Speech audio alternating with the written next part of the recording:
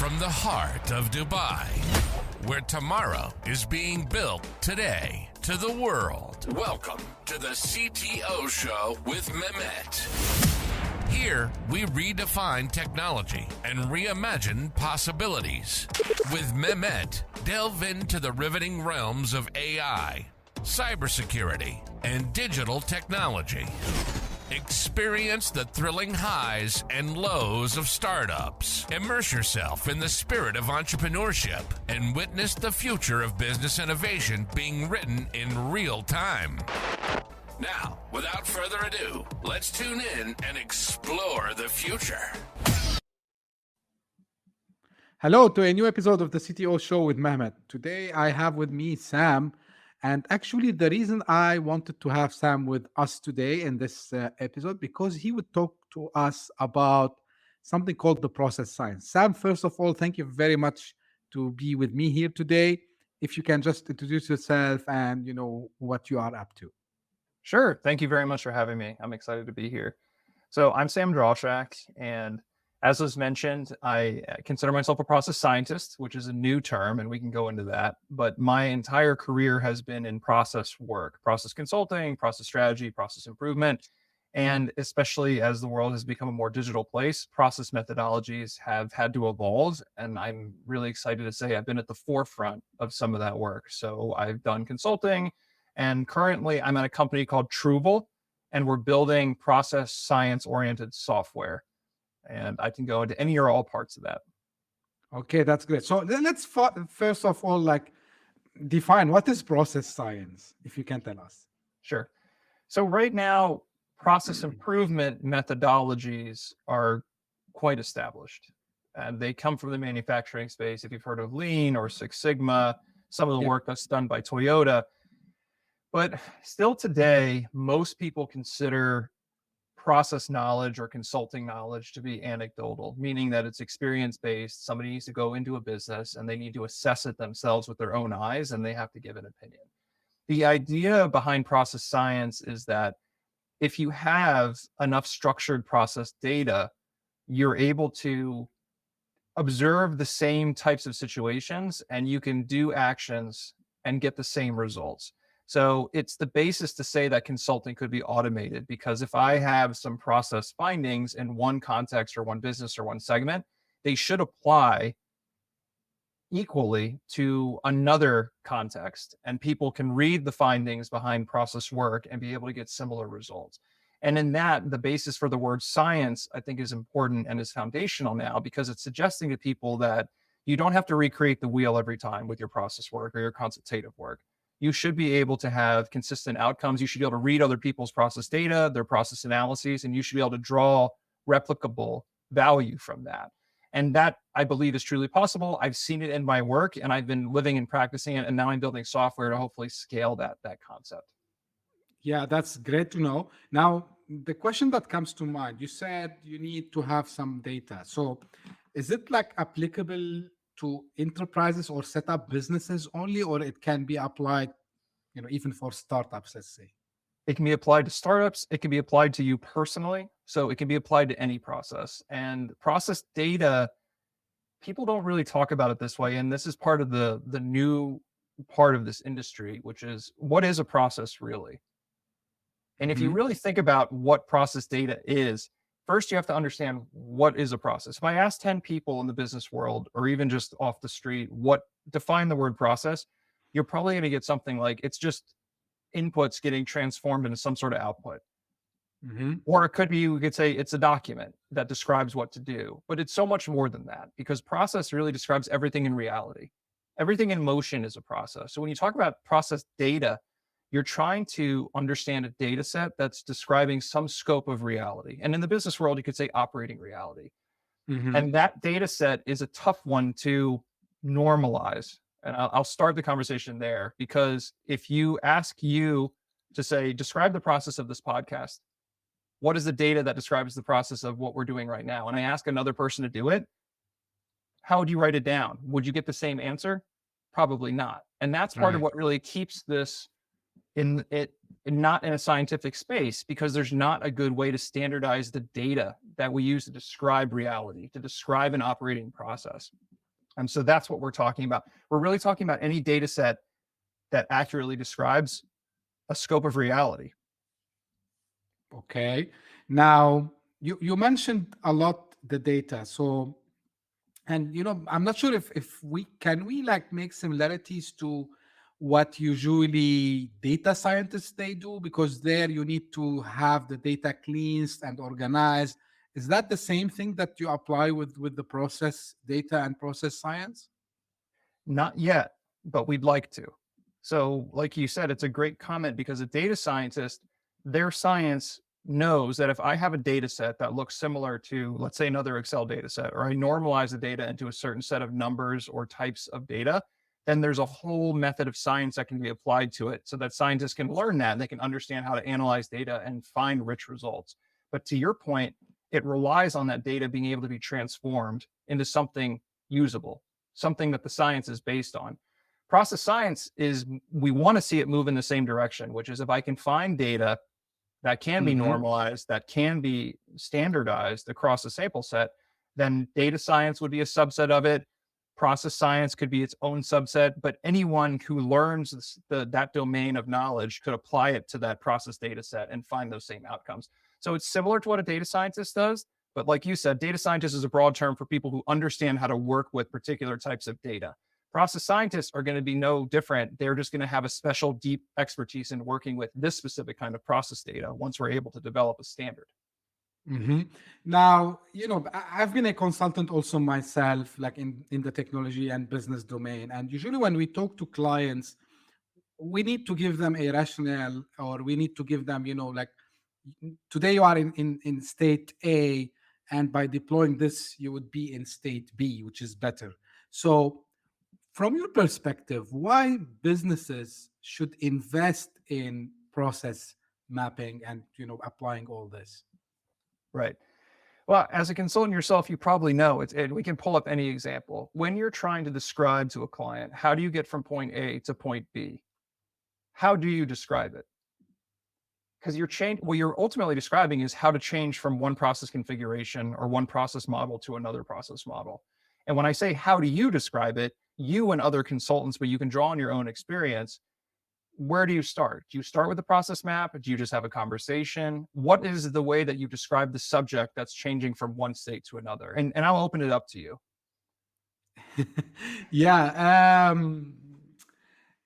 It's like different from case to case, like it depends, like what is the use case that I'm trying to do and what we are trying to solve. And sometimes it depends also, are we just enhancing a process, or are we like maybe completely bringing a new process into the space? So it depends. The short answer, it depends. It depends. And that's exactly right. And right now, whatever your instinct was, you're going to use whatever tools that you have available to describe it.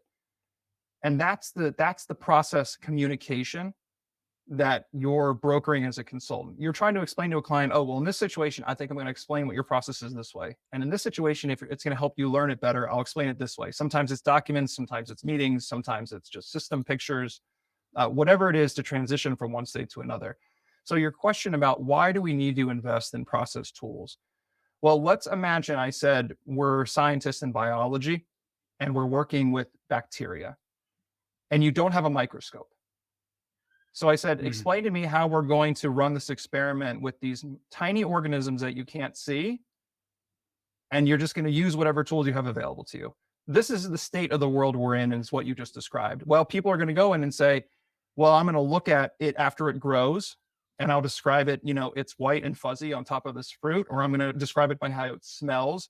They're going to use whatever their instincts are to describe the subject to try to get the result, because they don't have the actual tool that they need to normalize what the view is. When scientists created the microscope, if you're running an experiment with bacteria, then everyone wants to use the same microscope and they decide on a standard view, 100x, 1000x, whatever it is, but then you're looking at the same subject. And I'm giving this a bit of a longer context from a biology because this is what we're looking to do with the process science. So why would I invest in process science, the process tools? It's so that when I talk about my business or I talk about a process, I have a standard language to interpret that data and to discuss it with you, the client, internally, or from consultant to consultant. You know, if I say, here's a standard process map, or here's a standard process representation, and we invest in the tools and the knowledge that allows us to create it, manage it, and do all our project work with it, now we have a sustainable base that people can communicate process in a way that makes sense to them. And we're not recreating the wheel. And like you said, in your experience, even, it depends. It depends on the context. And every time I describe it differently. That's what makes this not scientific. And it makes it's based on you, the consultant. It's based on what the client wants. Nobody has a good standard tool set for this. So it's a tough question to answer. I know I'm going on and on a bit, but it's a tough concept for people to get, which is, why do I need to invest in process tools? Because you actually don't know that you're not able to speak process effectively without these tools. And people just don't have them, and they don't have the skill set. So it's hard for them to even conceptualize what they're missing. Yeah, it makes sense. And, I'm started to think that maybe the first use case that would fit is consultants themselves, because like I have my own like way of thinking when I talk to business, and regardless of what I'm trying to consult for, there are usually like 4 or 5 use cases: increase revenue, increase customer satisfaction, reduce risks, and so on, right? So, or maybe in case of startup, they want to understand like how we can grow our customer base, or how we can avoid churn, and all these things. So I can see that, if you have it in a more standardized or process way, it can be much better. So here what the question is, can we automate it? Like, can it be like something that we just plug it in somewhere in the system? I'm not sure like how that would be technically, but is it something that we can plug it and then start to generate, the output that we want to see from that? That's the dream, what you just said. So if you talk about the future of technology and the future of automation, what you just described would be what we're working toward at Trueble. So, it's basically, if we go back to the microscope example, before the microscope was invented, somebody might have asked that same question, said, is there a way we could just have tools that automatically capture all these images in a microscopic world? Well, the microscope had to be invented first, and somebody had to look at it and start to understand why there was value in looking through a tool like that to get that kind of perspective. But now, certainly, they have automated microscopes where slides can be paired automatically, samples can be processed automatically, data can be automatically generated. We're pre-microscope right now in the market. And that's crazy if you think about it, because there's thousands and thousands of people doing process work in the field right now, capturing process data, working with these complicated processes. And today we have no process repository. None of the samples are comparable to each other. No one is talking about how one process relates to another. So we're really in the infancy in some ways in process work. But your question about could we automate it, when you're talking about capturing business reality, you could say, as another simple analogy, I could go in and take a picture of a factory floor, and that's a pretty robust way to get a snapshot in time. I can automate a robot to go around and take pictures. And that would be some sort of automation. You could say that's the modern surveillance camera. I could actually surveil automatically and capture all that data about what's going on. We're working toward that. So if you say, well, can this be automated? If I have a process management or a process mapping tool that can actually quickly and effectively pick up and process this kind of data, then you can automate it for sure. It's just going to take time, and people have to see the utility and see the need for the investment. Because if I have software tools that a consultant uses in the first case and says, hey, this is really cool, we're only a few iterations technologically speaking away from having that talk to stakeholders directly and take their data, or just monitor the systems that people are using and abstract that data. But we need to have a foundation for the logic to work out. And right now we really just don't have a lot as a foundation. Okay. Does that intersect in any way with something like RPA systems, robotic process automation? Absolutely. Yeah, everything automation. And, this has been fun for me in my career. The last 10, 15 years, people are nuts about automation, right? That's what all the consultants want to do. And that's what everyone is trying to get technology in place.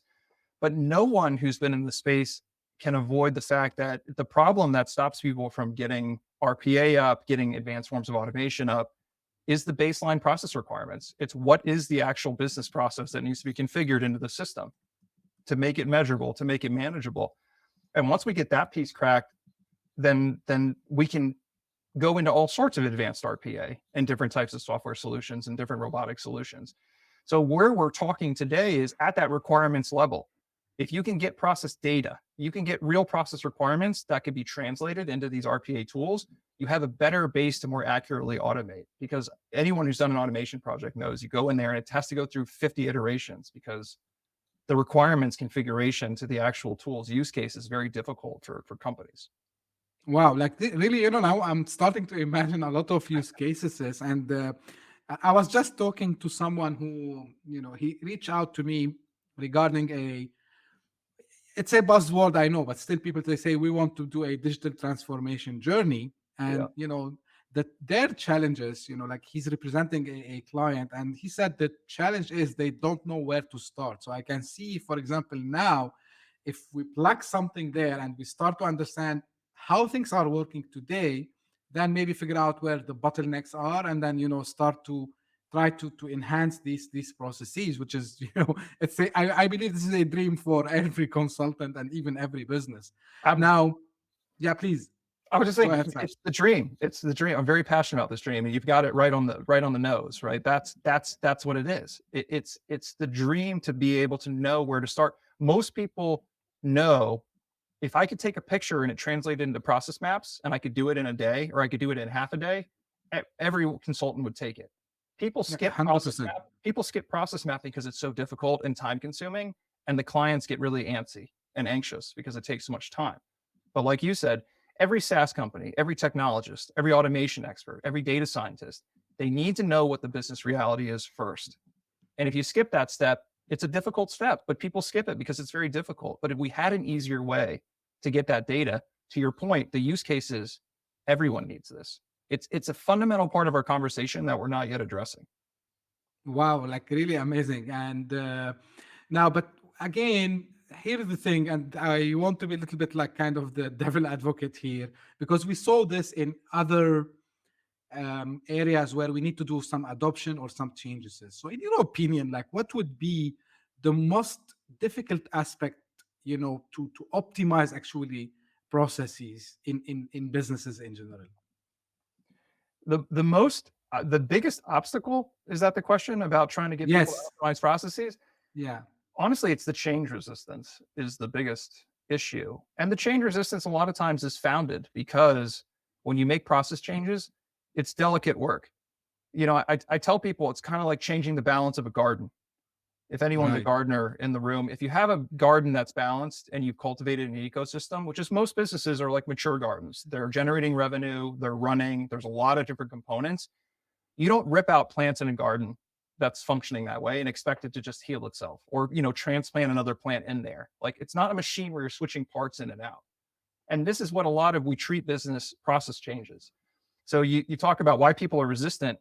People are naturally change resistant, and people have been bitten for the last 2 or 3 decades over and over and over by consultants and process people coming in saying, we're going to swap out part A for part B, but it doesn't work, and it's painful, and it takes a long time to fix it when you're breaking things, because these are ecosystems that are working in a more delicate balance. So I think the short answer is probably people need to be more educated. They need to see success. They need to see that this work can be done quickly and it's not as painful, and they need to be able to see that the change is positive.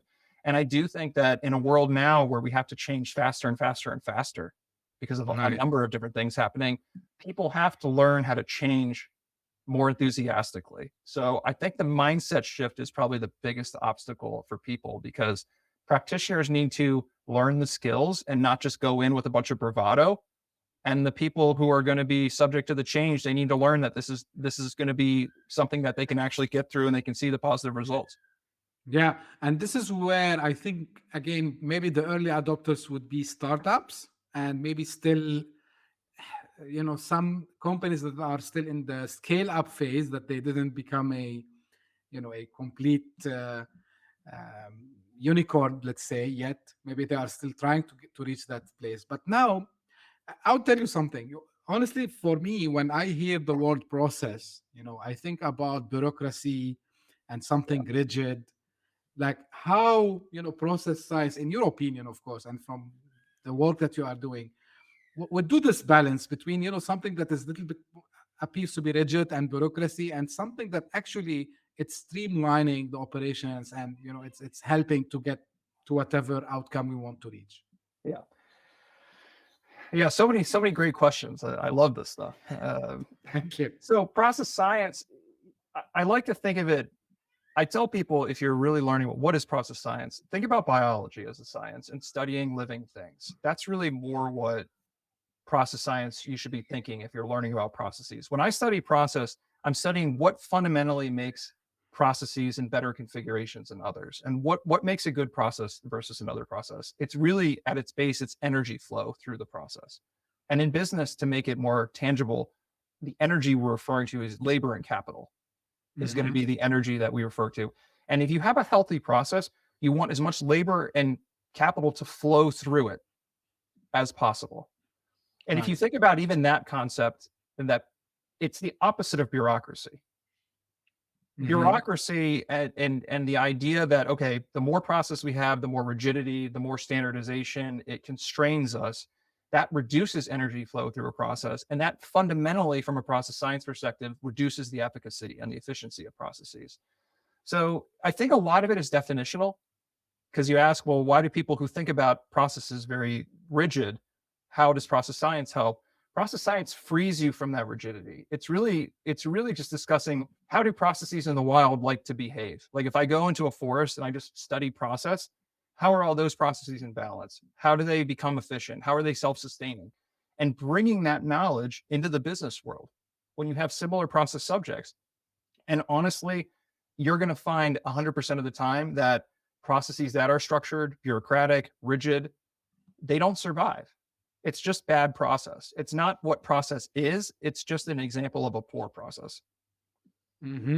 Now, like this is cool, but I want to, like little bit see in the future, right? Like from management perspective, if I want to speak to someone who's in a managerial position, or let's say decision maker, um, and they said, okay, we want to adopt this. So what are the first few things that they need to change, or they need to talk to their team about, in order to adapt process science? The number one thing is they have to find a stable and sustainable source of collecting process data. That's the number one. Because you say, well, how as a manager do I start bringing process science into my business? You have to first have the microscope.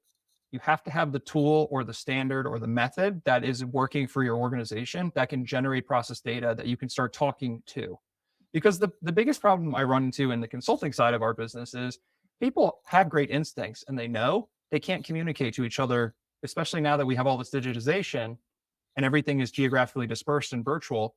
People don't even know what to refer to say, like, this is broken. What is broken? Step four of what? Nobody has a concept anymore digitally of what the process looks like. So you have to have that tool. It's the foundation. And at my company, Trueble, that's our first product that we're trying to develop, which is an easier way to reduce the learning curve of process mapping. So that's something on the horizon for us, but it doesn't have to be our tool. It can be any process mapping language that works for your organization, but you have to find a way to talk process. And I guarantee that if you want to get into this, it doesn't matter if you make it up yourself, if you already have sort of a process language internally and you're just bringing it off the shelf and dusting it off. But as long as you start sticking with it and you make process documentation, you refer to it as the subject of meetings, you have other people use the same language, you're going to start to develop this muscle, because process data is just about being able to refer to process data in a standard way that people understand. Because in most companies, if you know the Tower of Babel story, everyone's just speaking different languages and speaking over and across each other. So getting a process taxonomy, I call it, getting a process language is step number one. And that usually involves some sort of process mapping or standard style of documentation. That's manageable. It can take 6 months every time you do it. So that's a little bit of a puzzle for managers. I'm not being overly prescriptive, but I think if it's science, this is how it should be. You need to find the tool that works, and you need to be able to make sure you can use it, and you can use it every quarter, let's say. Okay. So this is related a little bit to leadership, I would say. So there should be like also some leadership skills that, that they can do these changes as well, right? For sure. I mean, I think talking about it is going to get people involved. But like you said, if you're going to actually do process changes, I'm not going to lie and say it's easy. Like if you're a manager, you've got to be a leader. You've almost got to have that consultative skill set, which is you have to be able to describe a process, analyze what the problems are, the opportunities for improvement. You have to be able to structure projects. You have to be a good change manager. I mean, you really need the full gamut. And this is why people, as managers, especially middle managers, they walk into this saying, I'm just going to be able to go down and tell my people, hey, make this better, make this better.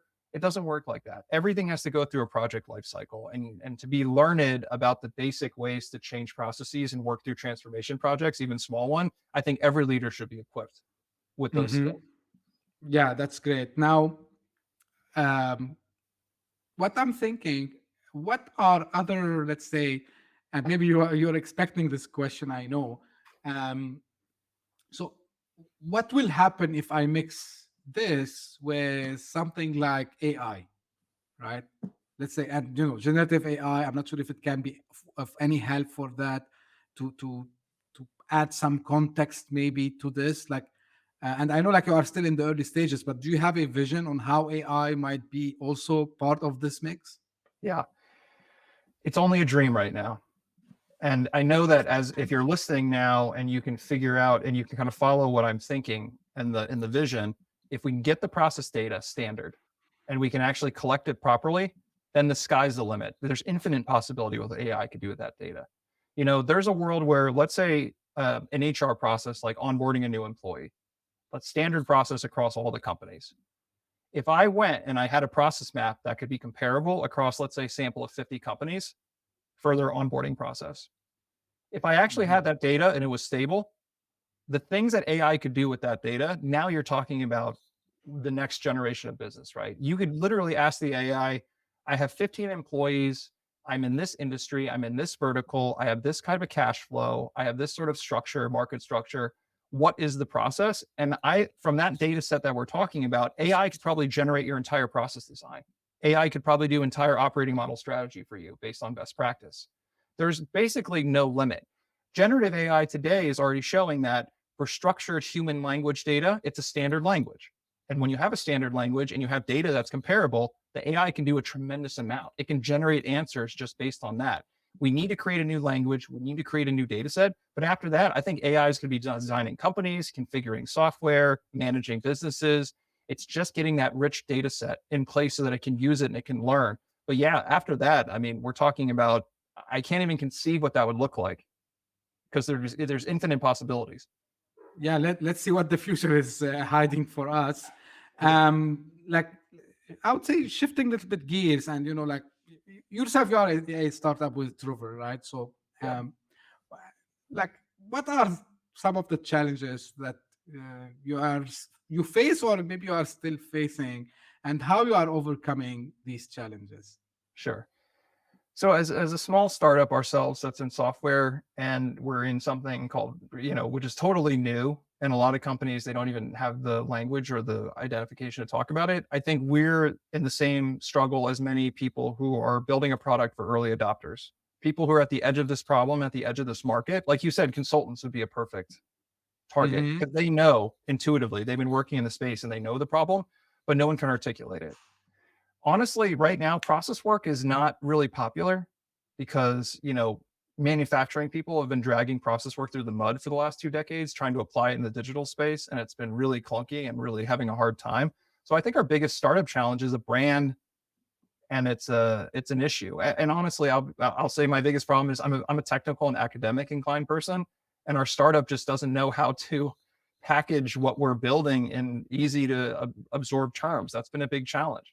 How do you get Yeah. people who, there's a very dense, very complex problem, but everyone has it and no one knows it? That's the challenge that we're facing right now in our startup. And I feel like if we can solve it, we're going to build a great product and offer a lot of value to a lot of people. And it's going to hopefully change the conversation. But our biggest challenge is connecting, building momentum, getting people to see the problem, getting people excited for this next wave of business technology and tooling, and getting people who want widgets excited about science. I know I sound like a nutty teacher, but that's really the challenge. People want solutions, but what we're really saying is you need to build knowledge. You need to build a new tool set for a new generation. And that's what gets me excited, but it's a challenge for sure. Yeah, actually, I can feel that with you, Sam, because like, I like to read and analyze about startups a lot, and I think you are into that category, which is, of course, you have a problem, and of course, you have a, as they say, product market fit, and you have even the right personas to talk to, but people are not aware about that problem. And the reason I'm saying this, because it resonates, because as a consultant, when you are a consultant, actually, and this I share always and all the time, as a consultant, actually, you are an entrepreneur, because you are there to pitch something. And a lot of times, I face it. I used to have a technology in my hands, and because I want, of course, to pitch that technology to the customer. And the problem is the customer is not aware about his or her own pain points. So you need to spend some times in, hey, like, there's another way of doing this in a much easier, faster, cost efficient way. And that amount of time, a lot of people, they are not, I would say, patient enough to wait. So I hope that you have, that patience, like you can wait a little bit of time until the market is, I would say, more mature, so they can understand what you are doing. But I can tell you now that, I would use your solution, because I face it on daily basis. Yeah. Like, Yeah. so that's a like small note from my side, I would say. Now, of course, like, going and starting something from scratch, Sam, is something very inspiring and aspiring, right? So what you would advise people who might be listening to us or watching us, who are now on the edge of, either maybe they just finished college and they have that dream to start something, or maybe a couple of friends, they are sitting and they have that napkin together. So what you tell them, what advice you give them, for entrepreneurs in your field, or and in general? Sure. So to follow the conversation about process science, and you heard me mention optimizing your process is about moving more energy through it. And think about yourself as an individual, especially if you're a young individual and you're flowing with ideas. You have to attach yourself to ideas that actually make you really, that you're really passionate about. It's the number one thing, which is you Mhm. have to understand what actually gives you energy to work on, what makes you excited.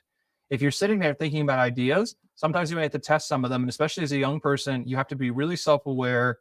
What kind of work makes you excited and gives you energy? If you ever find yourself saying, I have a great idea, but it feels like work to work on it, then it's probably the wrong idea for you as an entrepreneur. You got to find something that's just fun and it doesn't feel like work, because it's the only way to get a company off the ground. You've got to have a passion for it and you've got to be excited. And that excitement has to be authentic and it has to come every day. It's not something you think you like, it's something you legitimately like. So be really paying attention as a young person or an entrepreneur. If you really find something that you're passionate about and you get up every day and it doesn't take any energy to work on it, then you found the right thing. But otherwise, be very wary of moving forward because it's not going to be sustainable otherwise. Okay, Sam, what people can find more about you, and I think you have a book, right, as well?